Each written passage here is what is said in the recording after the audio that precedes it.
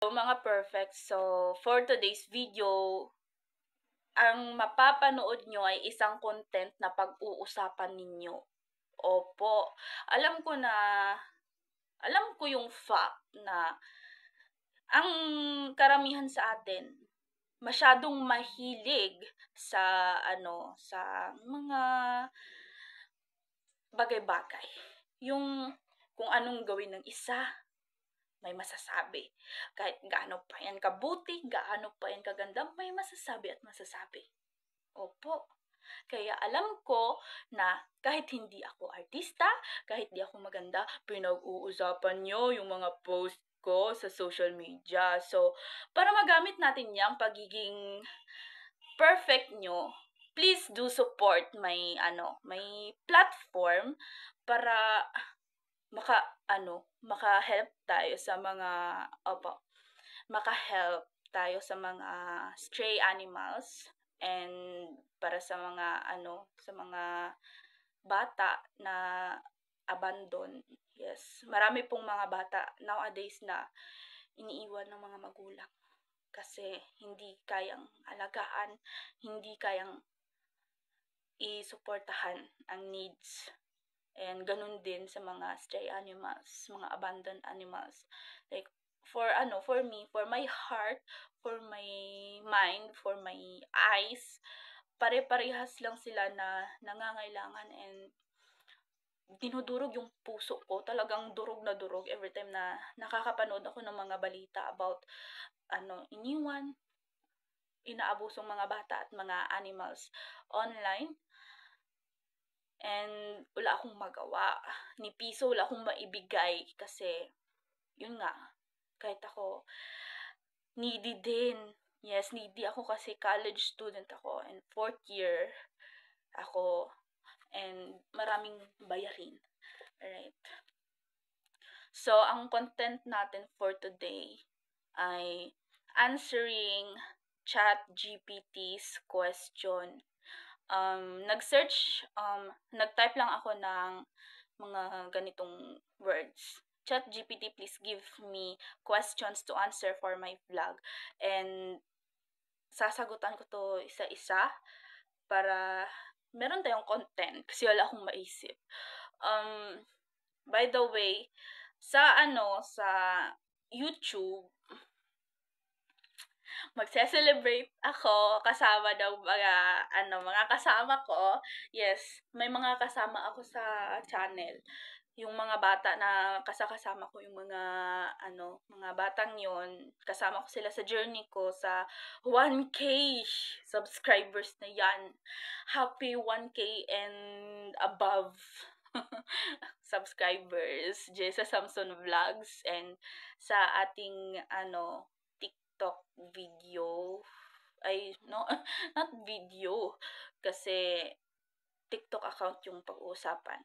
Meron tayong 6.1K, sana madagdagan, na followers doon and 200K pataas na likes. Then, sa second account ko, yung Aspin Vlogs, Aspin and Puspin Vlogs, meron na tayong maraming mga supporters doon kahit papaano. Bagong account yon na lately ginawa kong active account para sa mga pusa at aso. So, ang video na to, long video siya and kung gusto nyo ng chismis, panoorin nyo. Okay. Personal or get to know me questions. Let's start with,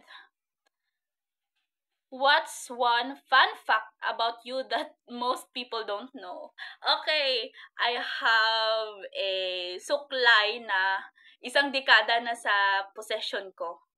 Wait lang. Hi! Parang wala siya dito. I try to find it.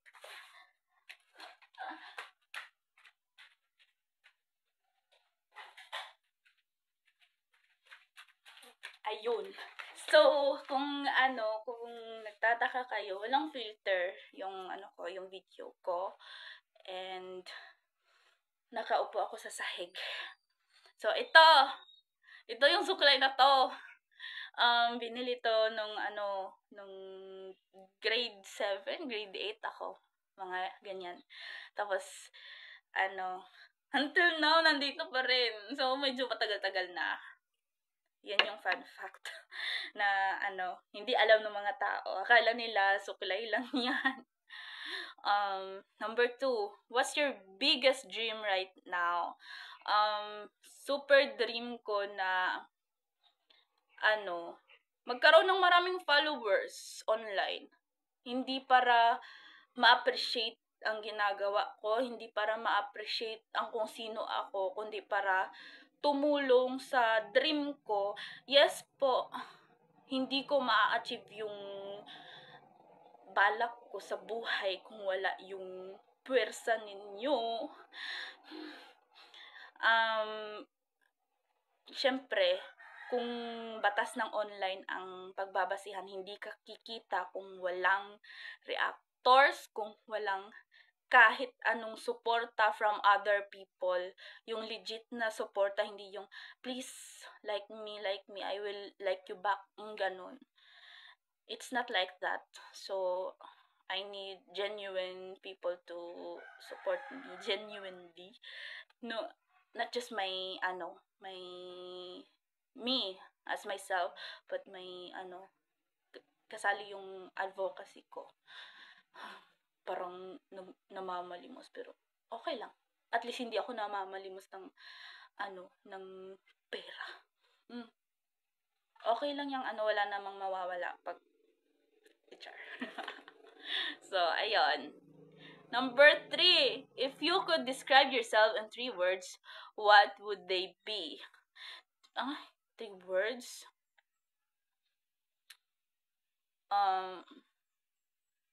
Maganda, malakas,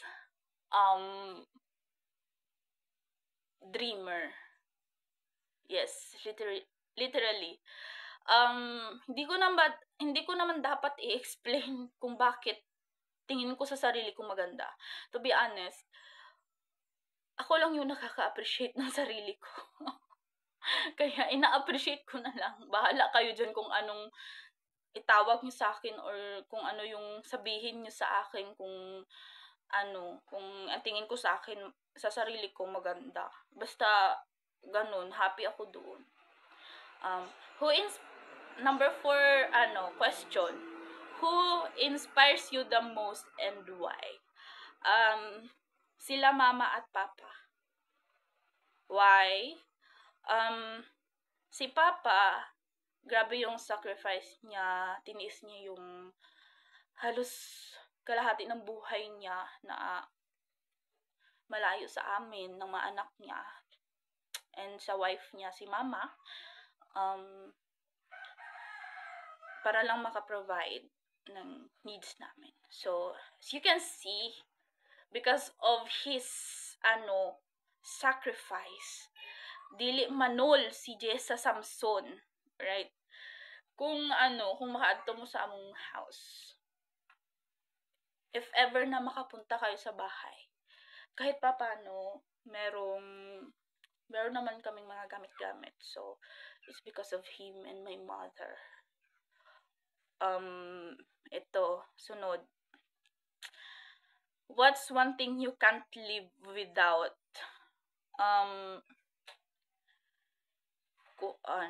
God. Pero hindi siya thing. For me, He's my everything. Without God, there is no me. Right? Matagal na akong kung walang God sa buhay ko. Yun na yun. Next vlog na yun yung ganun. Lifestyle and daily life na naman tayo. What does a normal day in your life look like? Pag may klase, maaga akong nagbabiyahe kasi hindi ako nagbo-board. And if ever na na kailangan kong matulog because of school activities doon sa Kabakan, nakikitulog ako. And it's okay. bayad lang ng renta for a day. Oo, for a day. Kay, since, morning man yung stay ko doon, kasi doon yung mga gamit ko minsan, kung may activities. Right. Number 7, what's in your bag or school or work bag? Wait lang. Medyo mahaba siya kasi hindi siya edited. Ayoko siyang i-edit para raw. Ayoko magpanggap sa social media. Opo. Hintayin niyo ako. Akin yung bag na yan, pero wala yung laman.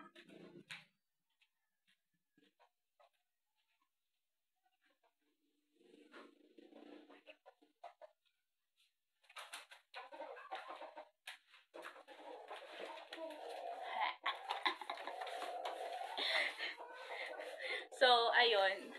By the way, ito yung dinala ko pala kahapon. So, kailangan ko siya.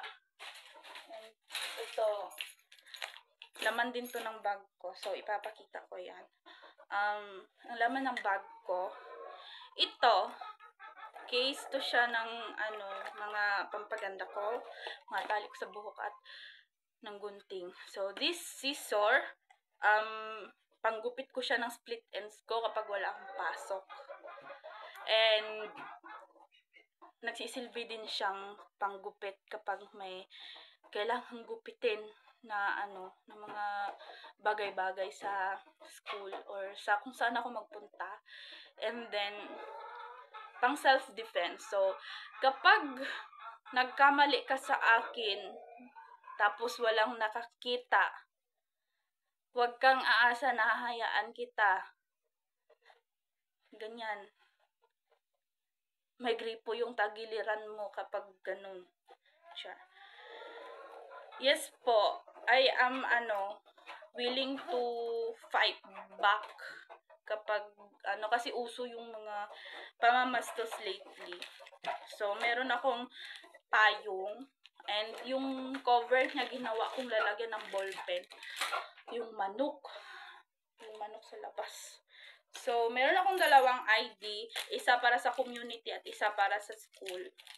And yung wallet ko, yung tumbler ko, dalawang tumbler kasi I really cannot go outside without my water. So, I have my pad paper, yellow pad, and my big notebook, and I also have my journal here.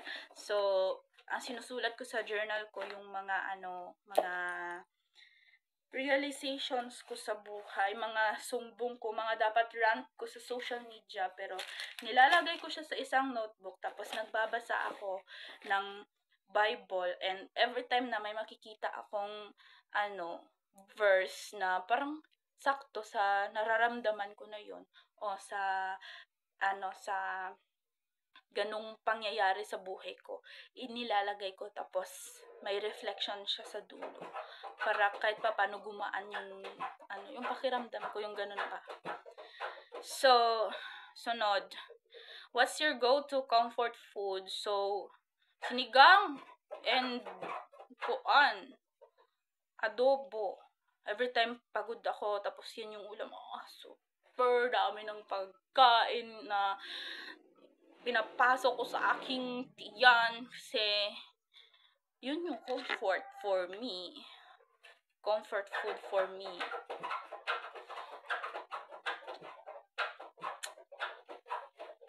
So, ignore lang natin. Pero parang hindi ko siya kayang i-ignore. Kasi masisira yung shoes ko doon. Babay mo.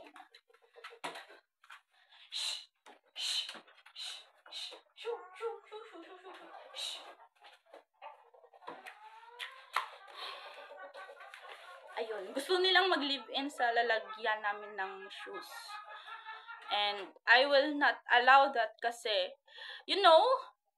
may isang male chicken and dalawang female chicken na nagbabalak na mag-live-in doon. So, hindi siya pwede doon. Baka dumami yung sira ng sapatos. Lalagayan kasi yan ng shoes namin.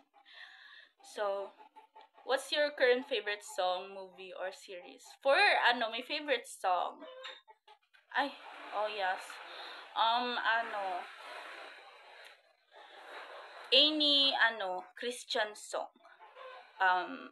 Movie, um, any movie, basta, hindi lang, about sa dog or cat na ma-dead balls sa ending. Hindi ko din bet yung yung mga movie na may mga erotic scenes. So I am not fond of that kind of genres. And series, cooking series, basta ganun. Travel or experiences, 11. Ito yung ika-11 na question. If you could travel anywhere right now, where would you go? I guess I would go to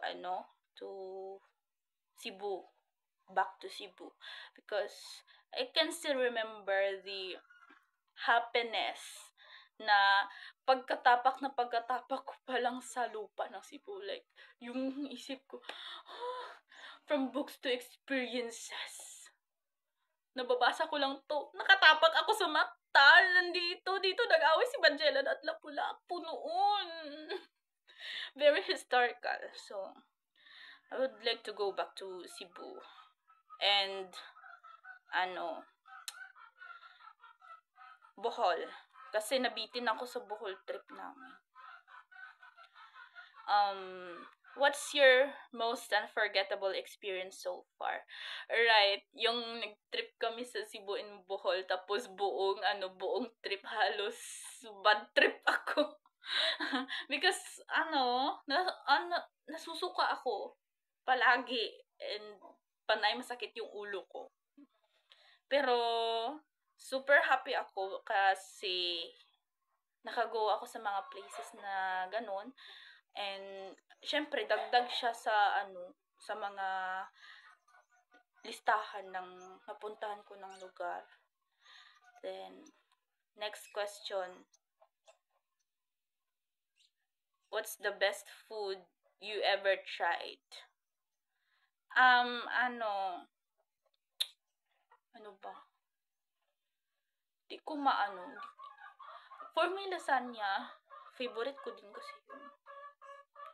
So, how do you stay motivated when you feel lazy? Nilalagay ko lang sa isip ko na ayaw ni God ng tamad. Kasi lahat ng pinagpapala niya gumagalaw. Like, literal na may ginagawa sa buhay. Lalo na kapag marangal yung ginagawa mo, talagang pinagpapala ka. So, ayoko nung ganun na hindi ako pagpapalain because I am lazy. Wala akong ginagawa sa buhay. So, isa sa reason is kapag magbasa ka ng Bible, may mababasa ko doon. Sorry, hindi ako magaling sa memorization, pero may nabasa ko doon na ang tao kailangang gumising ng maaga at gawin ang mga dapat gawin sa araw na iyon, and lahat ng gagawin ng isang tao dapat nakaka-glorify kay God. So, yun yung isang nilalagay ko sa isip ko. Sunod na question. What's the best food you've ever tried? Tapos na. Yan. Mahirap for me na hindi nang nababasa ko or nakikita ko. Hindi ko siya matandaan agad-agad. So, next question tayo kasi hindi ako sure doon. Where's the most beautiful place you've ever been? For me, South Cotabato and some parts of North Cotabato, pati Davao, then Cebu, Bohol, ganun. Hindi ko napapangalanan kasi marami. Sorry, pero marami. If you could... mali. Do you prefer mountains, beaches, or cities? I would like to choose cities kasi may phobia ko sa beach kasi muntik na akong malunod before. Tapos sa mountains, hindi ko kayang umakyat sa mga ganun. Gustuhin ko mang mag-picture-picture sa magagandang mga lugar na nakikita ko online. Ako mismo ang may ayaw kasi pag pino-force ko yung heart ko na maging active sa mga ganyang mga ganyang lifestyle, sumasakit. And I can't breathe. Yung ganun. So, until social media lang. Hanggang social media lang pala. Ganun. Fun or random questions. Number 16. What's the funniest thing that happened to you recently?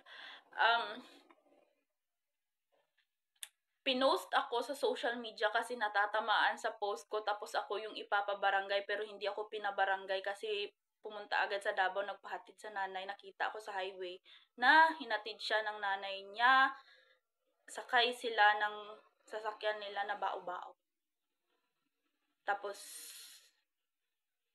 kapag tumahimik ako, tahol ng tahol, tapos kapag nagsalita ako parang aso na sinipa, tapos iyak ng iyak. Hanap ng peace of mind. Yung ganun.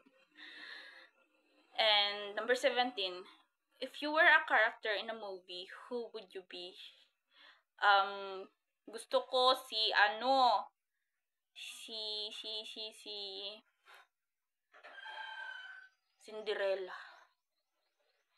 Cinderella. Basta si Cinderella. Movie. Yes, movie man yan. Explain ko ba bakit Cinderella? Wag na, oy. Basta si Cinderella. What's your weirdest habit?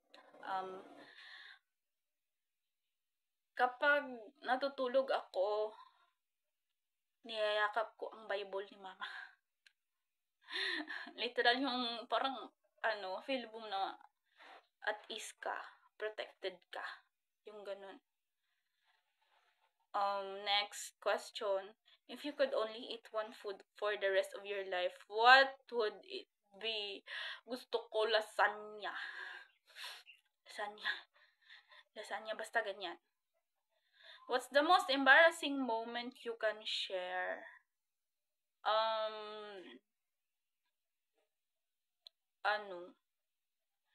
Ano ba? Wala akong embarrassing moment. Yes, para sa mata ng mga perfect nating mga fans. Marami akong embarrassing moments, lalo na sa social media. Pero for me, wala. Kasi lahat ng ginagawa ko, aware man ako o hindi sa mga nangyayari sa buhay ko o sa mga nagagawa kong mga bagay. Tinitake ko yun as pag positive ang ginawa ko at positive ang kinalabasan or kahit negative, pinagpapasalamatan ko yun. Tapos kapag negative ang ginawa ko or nagawa ko because of my yung feelings ko na negative, tinitake ko yun as lessons. Sunod na question, Tagalog ito. Bakit hindi na siya dito galing. So, ang question is ito. May nagpapatanong. Bakit hindi ka nagko-content ng mga pranks? Mas maraming reaction sa mga pranks na video. For me lang. I tried kasi ayokong magpahuli sa uso. But yung prank na ginawa ko siyang as hindi pwedeng makadamage ng ibang tao. Ayokong nakakapanakit para lang sa gain ko. Yung ganun. Ayokong nakakapanakit para lang sa gain ko. Para lang may matuwa, para lang may ma-please ako. Yes, of course, maraming nagre-request. For example, may nag-request na pregnancy prank. Well, obviously, I'm not pregnant. And hindi ako palalabas ng bahay. Then, hindi ako palagala. So, paano? Yung ganun. Useless yung prank. And if ever na, maniwala si mama at papa, anong makukuha ko doon? Magkasakit sila because of me? Atakihin sila ng high blood? Atakihin sa puso? No. I will not do that to my parents. As much as possible, gusto kong maging, makatarungan na tao. And isa sa reason, na-try ko nang maging victim ng prank. Nung grade 12 ako, may vlogger akong classmate. Sorry, may sipon. May sipon na nagbabadya. Nung grade 12 ako, may ex-friend ako and ex-seatmate and ex-classmate na nagvo-vlog. So, syempre, sa GC, nagtataka ka, ba't wala siya? Tinanong ko siya, ba't wala ka? Syempre, as a friend, tapos seatmate kami.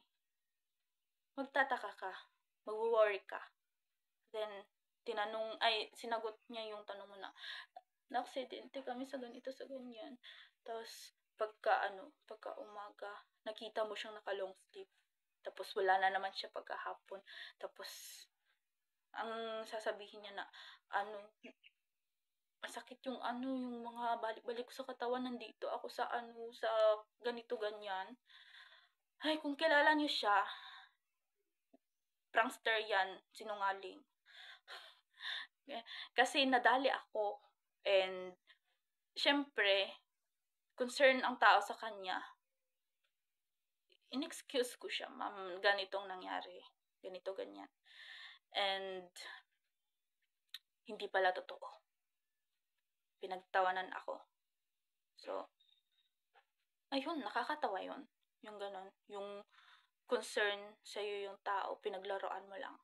Minanipulate mo para may happiness ka. So, ayoko nung ganon. Ayoko din yung hindi ko kilala, ipaprank ko, tapos hindi kami close. Ayokong masaktan sila or ako masaktan sa mga ganung pangyayari. And ayoko yung sa huli walang maniniwala sa akin. Right? Yun na lang yun siguro. Konti na lang aabot na tayo ng kalahating oras. Baka wala nang manood. So, yun lang guys. Salamat sa panonood and God bless. See you sa susunod ng mga vlog.